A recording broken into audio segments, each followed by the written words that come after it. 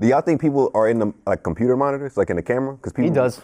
You think people are in there, like in the webcam on the He doesn't have a laptop. I think whoever controlling they can look at it. Gil lives like it's 1987. I guarantee you there's a facility where just everything is going on. I'm sure there is. Oh, yeah, he just moved 6 packs. Oh yeah, he's looking at porn right now. Yeah. Yo, that's crazy. Get off the dark web. Listen, not me. I'm not on there. But you can buy some wild shit from what I hear on the dark web. No? Yeah. Silk Road back in the day. I would just buy brushes. You could buy a murder for hire. Allegedly. No, that was like legit. You can buy sex slaves. Okay, let's talk. I know. There are robots for that now. It's not the same. Yo, they do have sex dolls, which is crazy. The robot can't cook.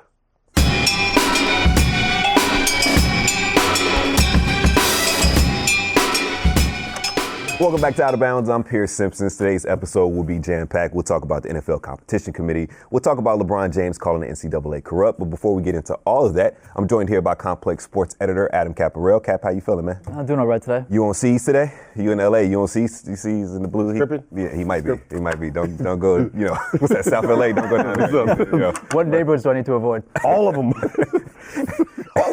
All of them. And next to the valley. And next to Adam Caparell is Mr. Gilbert Arenas. Is this like purity with the all white? Like what? Got my little white joint on, Okay, from Adidas. Shining out here. Bam. I see you got your regular gray from what, Costco? No, I don't have Costco membership. That's a Slauson. Maybe the Supermall. Slauson. Supermall, 5 for 40. Lit. Let me get all those great T-shirts right there. Go to Foot Locker and get the 5 for 20. Those days. They do not make T-shirts with pockets still. Yes, they do. You can hide. If you search hard enough, you can find it. T-shirts with pockets? You can find it. Just put all types of paraphernalia in there. Number. Anything you may need. But to the topic at hand, the NFL Competition Committee is changing the catch rule. The catch rule has been controversial for a number of years, even dating back all the way to 2010. And yesterday, during the NFL Scouting Combine, the NFL Competition Committee has reportedly reached a unanimous agreement to fix the confusing and controversial rule. The most infamous incidents that occurred is Dez Bryant's 2014 playoff catch or non-catch against the Green Bay Packers, Calvin Johnson's non-catch in 2010, and last season's Jesse James.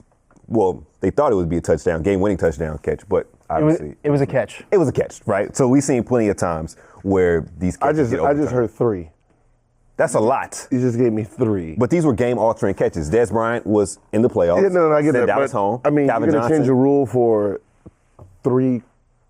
But these are all pivotal plays. That's what happened. These are all game-altering plays. And as a guy that likes to make wagers on games. Yeah, I lost money on 2 of those. But I mean, what is going to be, what do you think the rule is going to actually be? I think simplified. I think it's like you said a couple weeks ago. Once the ball crosses the plane of the goal line, plays over, touchdown. Just take out the bullshit of, when it goes to the ground and all the, they talk about cleaning up the language of the rule. Like, they've muddied the rule and made it so complicated that it's difficult for the officials to actually implement it. But that means it gives the officials more leeway. So essentially with the rule, they're trying to eliminate including the process of the player going down to the ground. Yes. So essentially the catch will happen right here, and that's it. So boom. Touchdown. You would think, yes. Yeah, Hopefully it's simplified rule, yes. Which is it's amazing that it's taken this long and we've had this many fuck ups on the field. Because I think they want more wiggle room to wiggle out of things. I call it the corruption of anything. Okay. You need more wiggle room when there's muddy in the rule. Like, that wasn't a catch. That was a catch. We know the NFL is rigged. And I would like to send an invoice to Roger Goodell asking for a refund for the Patriots Steelers game and also the Dez Bryant game, because I definitely had money on both those games and lost because of that goddamn rule. Listen, can you imagine the Simpson household when the Dez Bryant catch was not a catch and you lost in the playoffs? Oh, it was pretty bad. But it seems like the competition committee is trying to increase scoring in the NFL because scoring and offensive production was definitely down this past season in the NFL, and they're trying to reinforce illegal touching, which defenders and defensive coaches around the league would definitely be upset about. And they're also thinking about adjusting the pass interference rule. Instead of it being a spot foul, they'll try and adopt the college rule where it's just a 15-yard penalty. You're shaking your head. Don't touch that. Wait, they want to change it, or they want to change it where it's not. If you just can't heave the ball down the field and it's a 60-yard penalty, essentially they'll make it 15 yards each and every time. So if they increase the legislation on illegal contact, they'll give. So if there's so let's say there's a Hail Maker, right? Hail Mary, you mean? Yeah. Hail Maker. Is that a wrestler?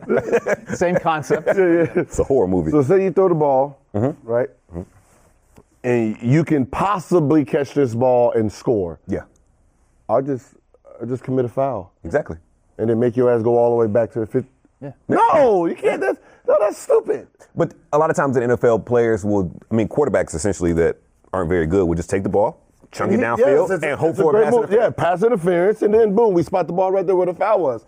If I'm allowed to just, all right, okay, you're about to catch that, push you out, now it has to go all the way back up the field.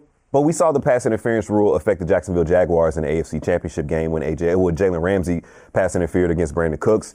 That just swung the momentum of the game, and all of a sudden Tom Brady was able to score because they had a chunk play off of a penalty. But that's what I'm saying. It can work both ways because that's what I'm saying. If I'm on a defense and you could possibly score, I'm just going to pass interference to just send your ass all the way back for 10, 15 yards. Yeah. Now it's 1 second left. You have no chance of doing that again. The 15-yard rule is the college rule. Yeah.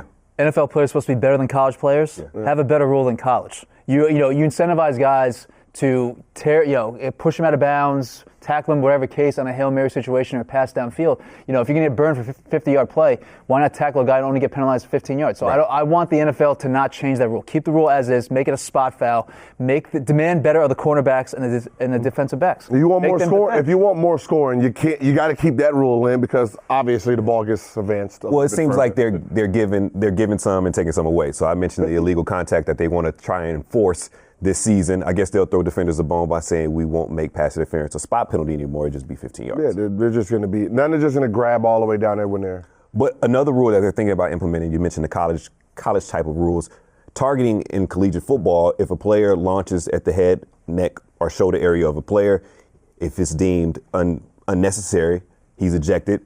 If it's in the first half, he has to sit out the second half. If it happens in the second half, he has to sit out the first half of the next game. This rule could very well be implemented in NFL. What are we thinking about that? They want flag football. Got it. Yeah, it is called football. I'm supposed to target you.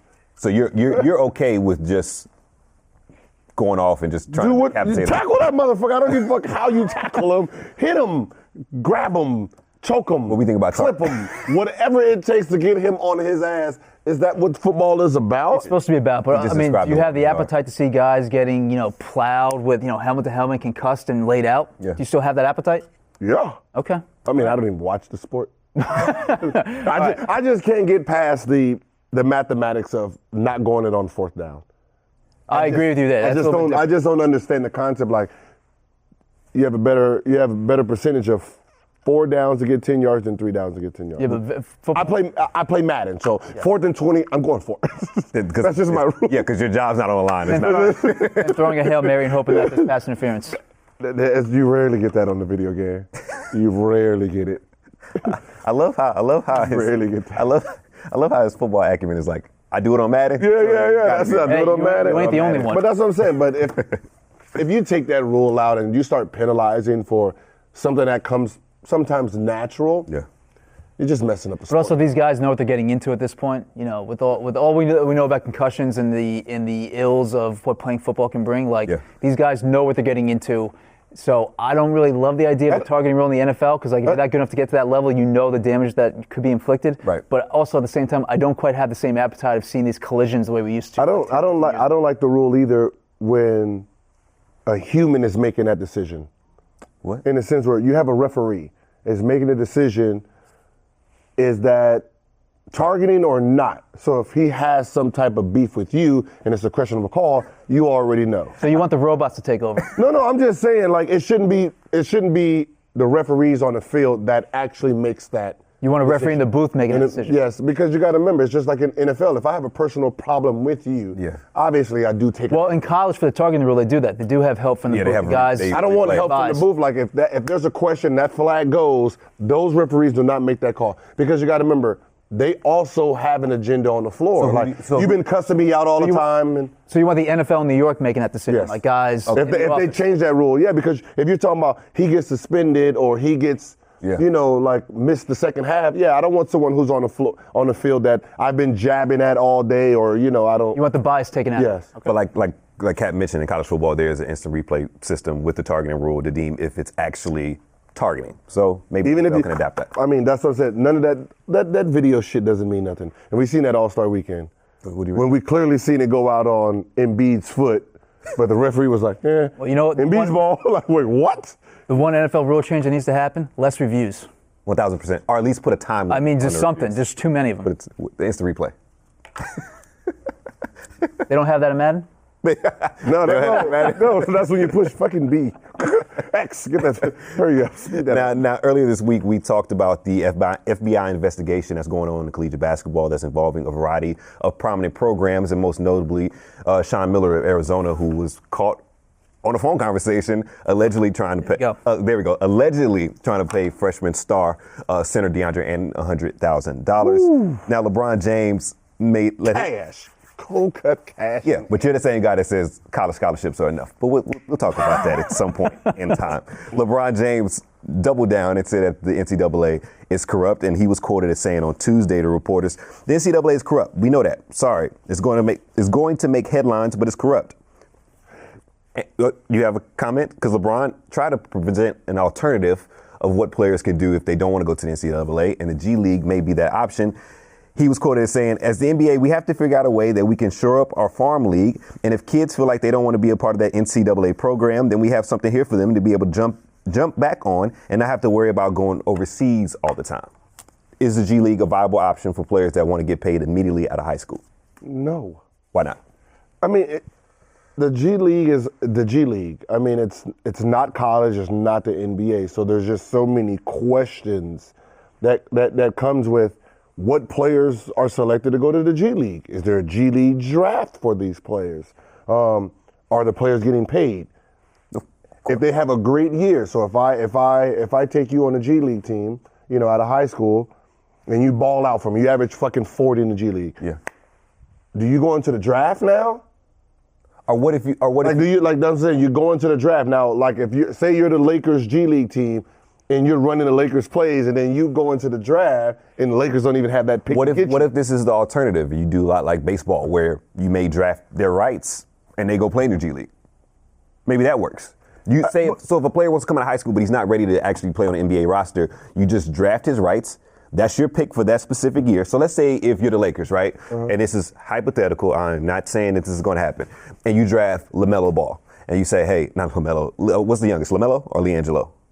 It's a lot of Melo. A lot of Melos. It's a lot of Joe's, Lee, all that. Melo's the youngest. Melo's the youngest, correct. So if the Lakers say with our first round pick this year, which they won't have, but if they say with our first round pick we want to draft LaMelo, stash him in the G League and let him play, but we own his rights. But that could be a viable option.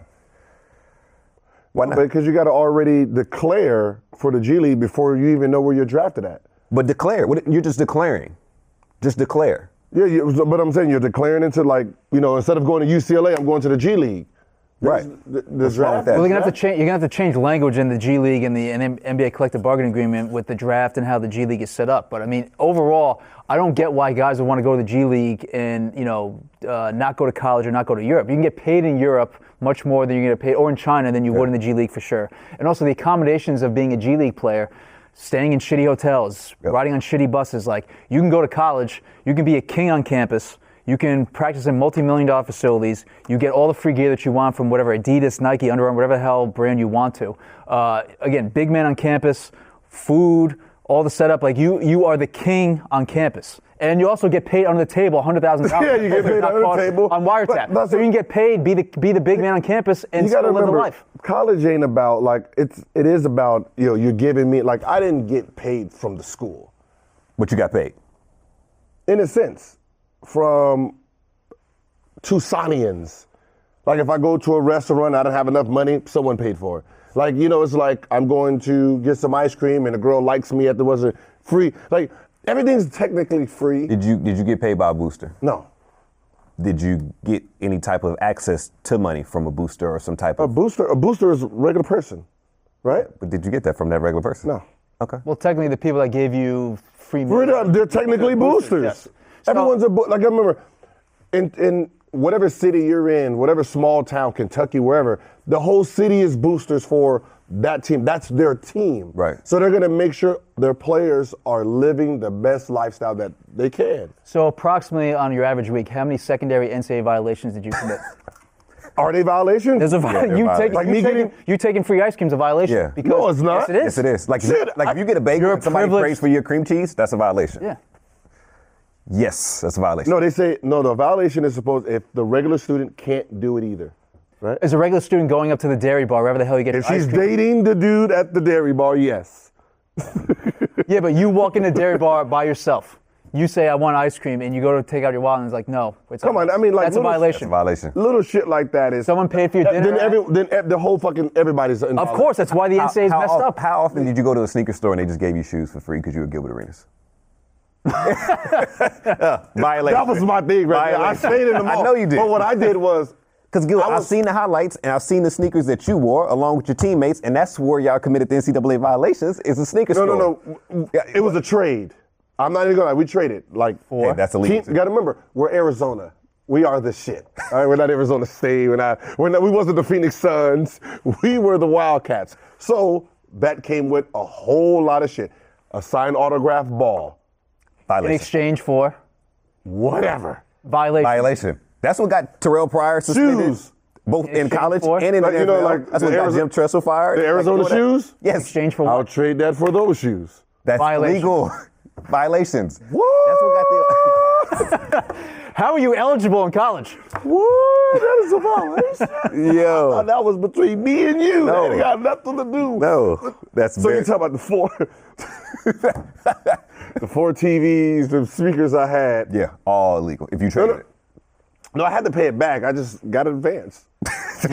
Don't cover it up now. No, from the auto body guy. The auto body guy knew I was going to be a star. He hooked me up. Hey. I was a big man on campus. But it had nothing to do with the school, though. That's what I'm saying. It has nothing to do with the school. Listen, Oklahoma But Sooner. what do you mean it has nothing to do with school? It has nothing to do, this has nothing to do with school. If I go to Outback Steakhouse But listen. and they pay for my meal, that has nothing to do with the school. So how does that fall on But the listen, school? this happened. does. This happened to You the are a Oklahoma member Sooners. of the school. You remember Rhett Bomar, the quarterback for Oklahoma Sooners, like in 2005? Vaguely, yes. He couldn't, because we mentioned earlier this week, you can't get a job if you're a scholarship athlete, but somehow he was working and getting money at a car dealership in the off season, and hey, guess what? That's a violation. The hell you need money for? I didn't need money in college. Everything was free.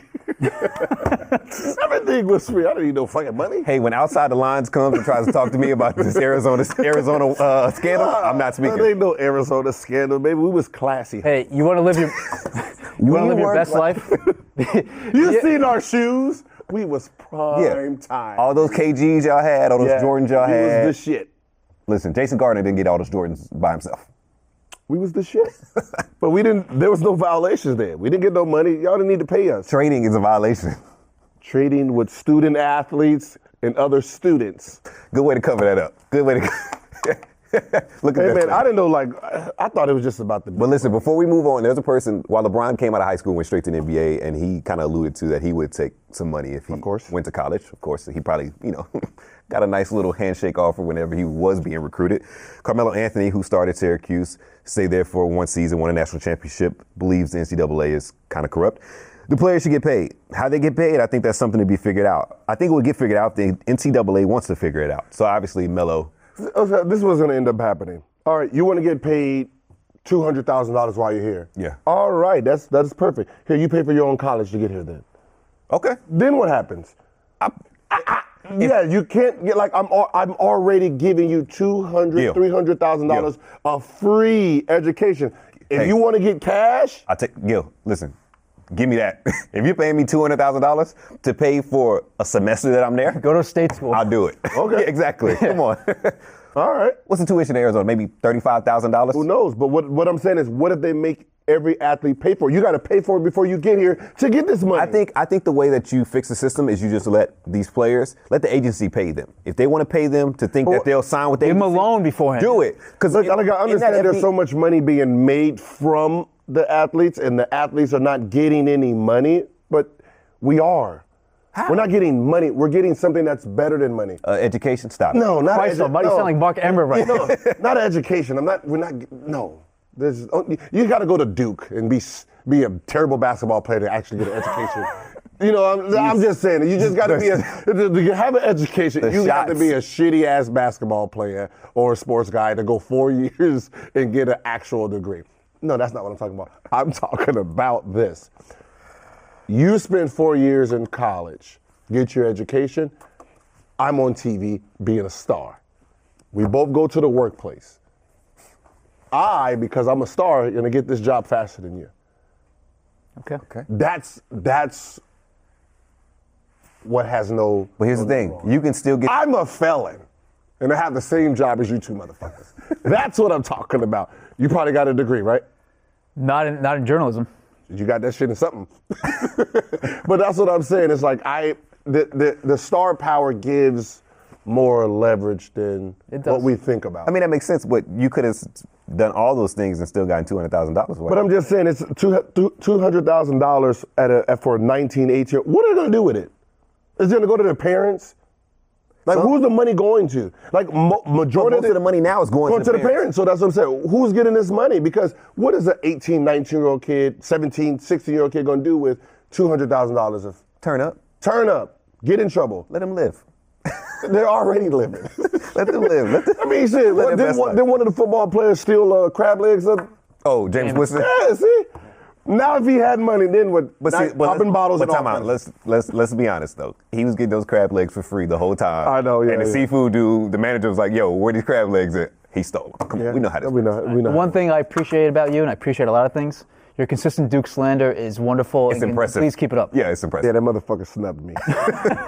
I can't wait till he gets busted. I can't wait. Who, Krzyzewski? Oh, I can't. Oh, you think it's gonna happen? I'm hoping they got him on a wire stumping. Oh yeah, All right. You snubbed me, brother. We enemies forever. So you snitching is what you're saying? I'll snitch the shit out of him. I'm not even gonna lie. First of all, you beat me in the championship in 2001. They did. I didn't like you then. I didn't like you then. And then me, out of all people, I called him 4th of July. Happy 4th of July, Coach K. Who calls people and says Happy 4th of July? Because it was. Oh, is this because you trying to get on Team USA? Because I was on Team USA and I was kissing his ass. Like, whatever you need me to do. I'm a 2-time All-Star. Whatever you need me to do, I'm there for you. If you need me to play defense, blah, blah, blah. Oh, yeah, this. I'm jacking them off. I'm not even going to lie. And a fucker snubs me anyway. Who they pick over you on the roster? Kirk Heinrich. Oof. Gosh. That was an L. I'm sorry, brother. It's cool. All right. Me and Kirk Heinrich was teammates. It's cool. It's all good. You passing the ball? Yeah. Okay. All right. Keeping it moving. Can the Celtics slow down the Rockets' roll? We're going to talk about Saturday's showdown between the Celtics and Rockets. This is In Play.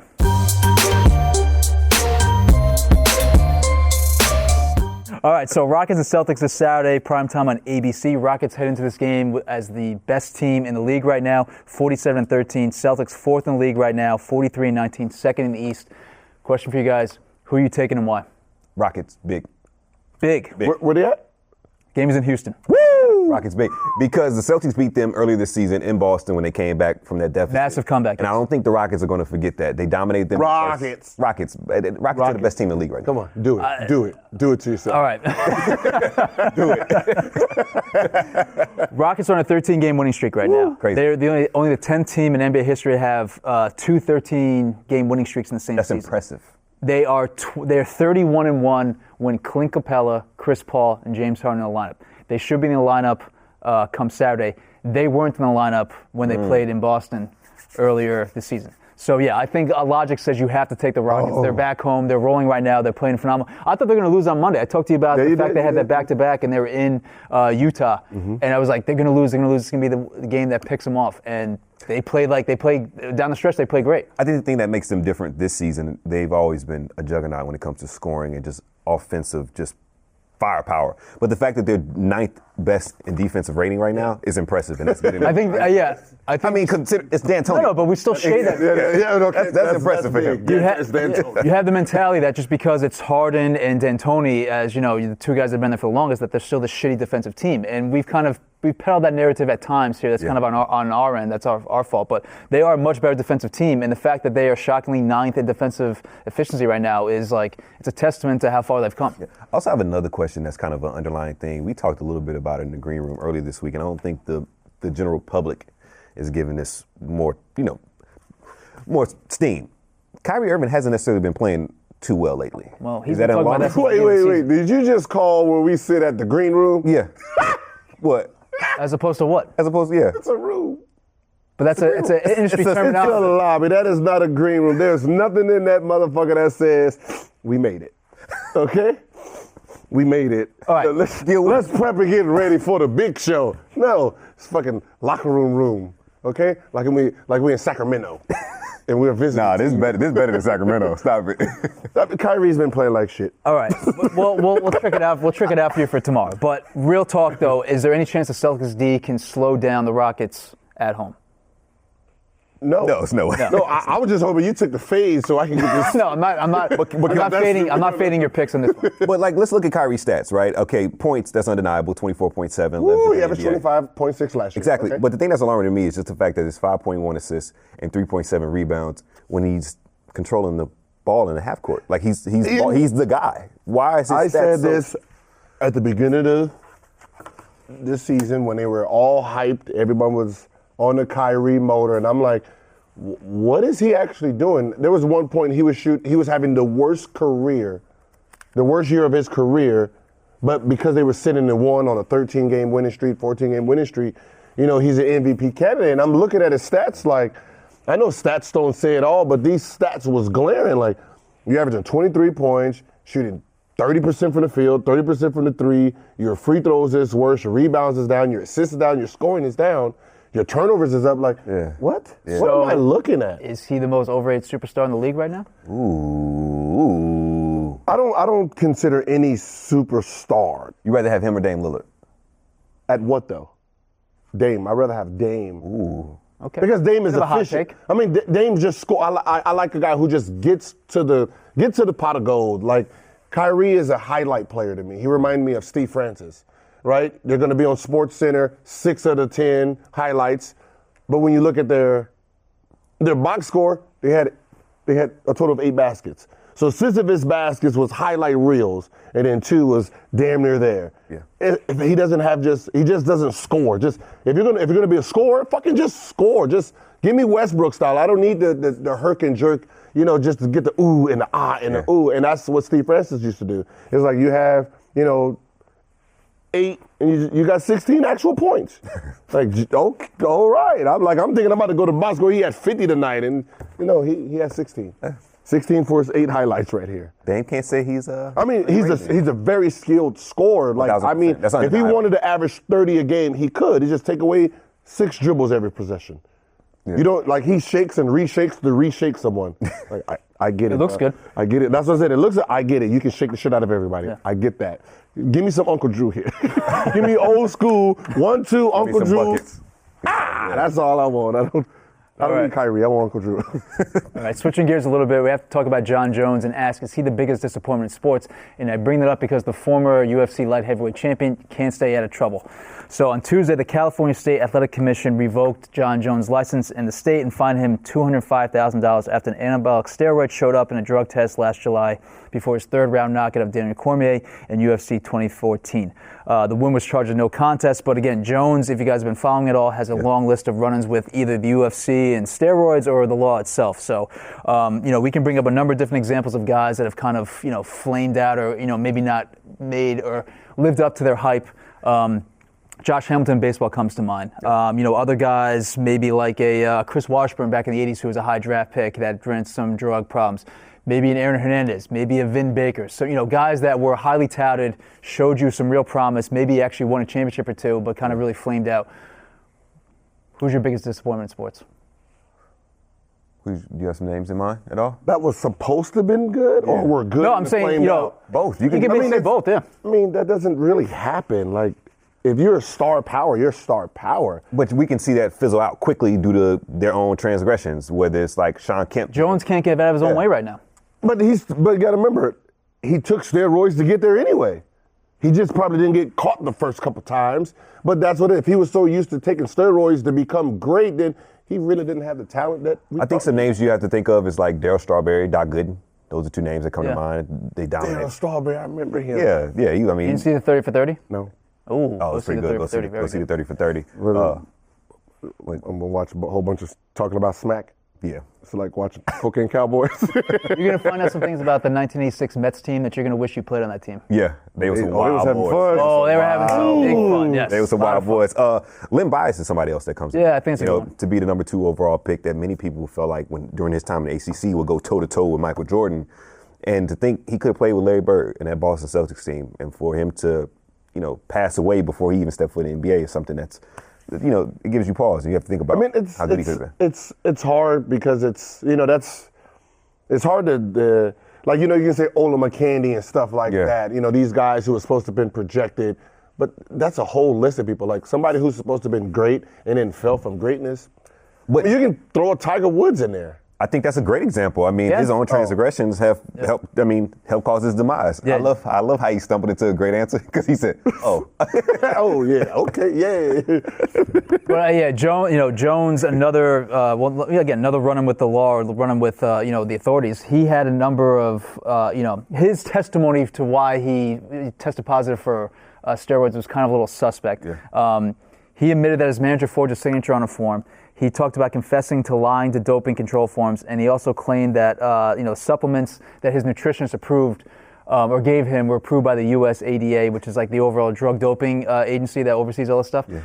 The USADA doesn't authorize or doesn't say what supplements people should take or whatever. So there were some suspect things. His whole career was drug infused. Yeah. So it's like your whole greatness is steroids. Yeah, there's a cocaine bust where I think testing for positive for cocaine for USC before. But yeah, he was like the golden boy a few years ago. I mean, UFC was kind of, before Conor McGregor popped off, Jon Bones Jones was the guy that was going to be the next, superstar. Yeah. And he still is a big draw, I think, for them when he can get healthy and in the ring, or the octagon, I should say. But that's what I'm saying. He can't stay of his own. But if you started your career already a little off your rocker, already drugged up, and you start winning, like that's not you. Yeah, that is not you. I don't like. I mean, not you. That's not you. We'll say allegedly. The alleged use. I mean, he maintains his innocence. He says that it was a tainted, supplement or somehow. He has no idea how it got in the system. But I love when people who get caught say it's tainted. Yeah, right. I love that. Only you, huh? 3 times. Actually, I'm going to throw a current name out there. That football player. Yeah. Browns. Josh Gordon. Yeah, listen, they're on the same way. Yeah, because I was thinking about the same thing. But he's still good, though. Yeah, but imagine how great he could have been. I mean, whoa. He's still on, what, 24? 26, I think. 26. Yeah. Oh, no, he still got time. Yeah, he still got time. I believe in that, brother. But listen, for him to say he admitted to drinking before games, to smoking weed before games in the 2013 season where he led the league in receiving yards, imagine if he was sober doing that. Next year. But that's what I'm saying. You can't put him in there because he still has redemption. He still has time to go. Hey, listen, I'm definitely rooting for him. He's one of the best receivers. Yeah, but it's also kind of sad that this is basically the only time we talk about UFC. Right? Got it! Sorry to cut you off. Mike Williams. Trojans. Wide receiver. But he was slow. Charles Rogers is another. But he was slow, but you remember he got heavy. He played very well. Yeah. Got heavy, got out of the league, was out of the league for 2 years. Came back. 2 years. Came back. Went to the playoffs. No, he came back, but he got an award, comeback player of the year. Yeah. Like, Jesus Christ, like how talented, the guy was that talented. Think about Jamarcus Russell. I mean, there was the legend that he could throw 60 yards on one knee, but got addicted to codeine whenever he was out in Oakland, flamed out of the league. That's if you saw Jamarcus Russell throw in person, like your jaw would drop to the ground. Oh, his arm was just stupid. Phenomenal.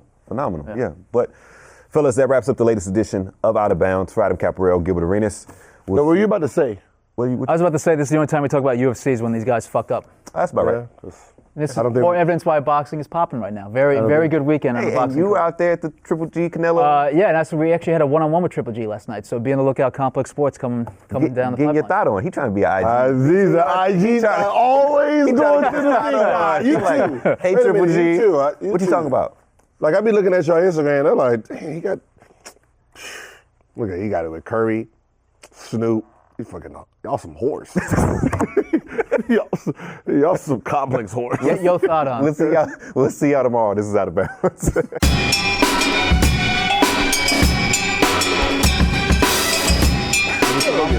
We're trying to get our green room better. That ain't no green room, brother. That is a lot better than what they have back in New York. It is? Oh, yes. Very true. Oh, yes. Yeah. They got Joe Buttons he had nothing like this, never had anything like Joe that. Buttons was smoking in the bathroom, from what he said, from his testimony. From his testimony, The green room was in the Deska's office. Yeah, pretty much. So yes, we're in much better shape than. Yeah, we're solid.